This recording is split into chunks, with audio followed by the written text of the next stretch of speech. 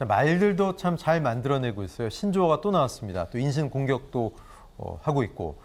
천하동인 아시죠? 근데 이번엔 천아용인이라는군요. 천아용인이 뭐냐면 천하람의 천, 허은하의 아, 김용태의 용, 그리고 이기인의 인입니다. 자, 이른바 비윤계 당대표 최고위 후보들인데 비윤계라는 점, 또 이준석 전 대표의 지지를 얻는 분들이란 어떤 공통점이 있죠. 국민의힘 현 지도부에겐 사실상 뭐 반가울 수 없는 그런 인사들일 수 있는데 이들이 선전하고 있는 것에 대한 경계일까요? 조수진 최고위 후보는 천하용인은 내부 총질러 집합소, 이름에서 대장동 부패 게이트 떠오르지 않냐. 이거에 대해서 천하람 대표 후보는 라디오에서 이렇게 얘기했습니다. 조수진 후보 보면 조선중앙TV의 아나운서가 떠오른다. 하지만 난 그렇게 비판하지 않겠다. 이것처럼 본인이 연상된 걸 비판 소재로 쓰는 건 안 된다. 이렇게 얘기를 했습니다. 이거 뭐 웃어야 됩니까? 아니면 높은 수준의 정책 비전 대결은 사라지고 있는데 김대현 평론가 어떻게 보세요?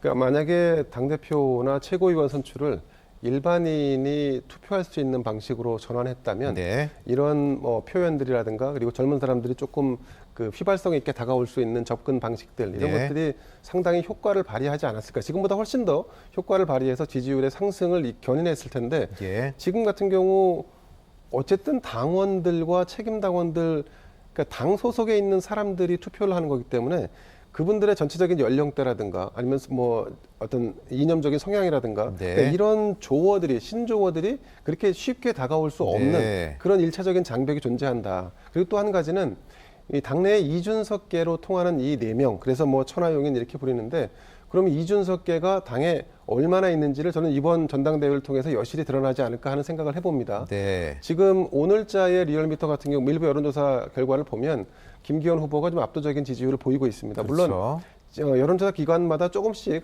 차이는 납니다만 점차적으로 전당대회가 다가오면 다가올수록 결국 힘이 쏠림 현상이 윤석열 정부를 누가 과연 지탱해주고 백업할 것인가에 대해서 당원들이 주요 관심사로 삼고 있다는 것이 네. 입증되고 있습니다. 그렇기 때문에 이 비윤계가 이런 전략을 쓰기보다는 저는 상대적으로 윤석열 정부와 어떤 식으로든 스킨십을 강화할 수 있는 방안으로 접근하는 것이 지금 현재로서는 그러면서 중도나 비윤을 끌어안고 동시에 이 윤핵관 중심으로의 이 친윤계도 조금씩 그 어떤 진영을 좀 허물어서 접근할 수 있을 것 같은데 네. 이준석계라는 그 이유 또 이준석을 닮은 듯한 발언과 어떤 제스처 이런 것만으로 과연 이번 전당대회에서 정말 좋은 성과를 거둘 수 있을까? 안타깝게도 이 지금 거론되는 네 분의 성적표가 네. 그렇게 썩 좋아 보이지 않는다. 그게 지금 현재 이분들 4명의 현 주소가 아닐까 하는 생각도 해봅니다. 네. 박 교수님은 어떻게 보십니까? 이준석계 소위 천하용인 태풍일까요? 선풍이 바람일까요? 저는 뭐 이미 절반의 성공을 거뒀다고 봅니다. 네. 왜냐하면 20년 전을 돌이켜 보면은요,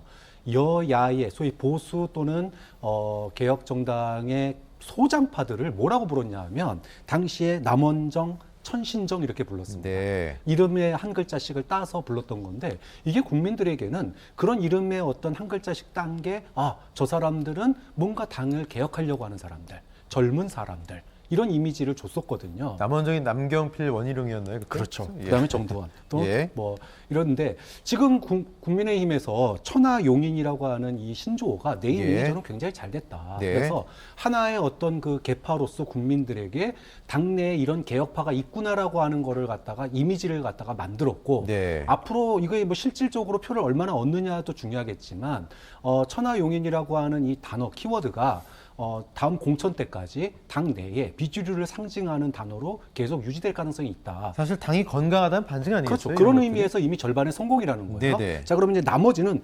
얼마만큼의 이제 득표율을 가져올 것이냐인데 예. 사실은 지금 뭐 천하람 후보 같은 경우에는 뭐 실버 크로스, 그러니까 쉽게 얘기해서 뭐 2등까지도 바라보는 이런 상황까지 지금 처해 있기 때문에 네. 뭐 2등이 안 되더라도 선전했다라는 평가를 받기 충분할 거고요. 근데 최고위원 중에 한 석만 얻어도 사실은 뭐 굉장히 큰 성공이다 이렇게 볼 수 있는 측면에서 보면 이 천하용인 이준석계의 어떤 그 바람, 돌풍 바람 이거는 소위 친윤계에 대한 반감의 상징으로서 네. 이번에 그 결과가 어떻든지 간에 굉장히 의미 있는 이 단어로 남을 거라고 봅니다. 네. 근데 저는 조금 뭐 이견이 있습니다만 네네. 그 뭐 지금 비유를 드신 게 뭐 남원정 말씀을 하셨고 그러니까 과거에 있는 남경필 원희룡, 그다음에 정병국 이런 분들의 어떤 신진 네네. 정치 세력, 그리고 또 민주당계로 따지자고 한다면 천신정이 있을 겁니다. 정동영을 비롯한 이런 일부 세력들이 그러니까 기득권 정치 세력, 제왕적 당 대표 예. 이런 어떤 그 개혁의 대상이 분명했던 과거 시절의 어떤 정치, 그래서 개혁을 내세우고 그들이 바람을 일으킬 수 있었다는 토대가 좀 토양이 좀 돼 있었다고 한다면 지금 이분들은 어떤 개혁을 할 것인지가 불분명합니다. 게다가 그 개혁이라는 것이 오롯이 누군가의 계보를 따르는 것이 아니라 네네. 정말 독자적으로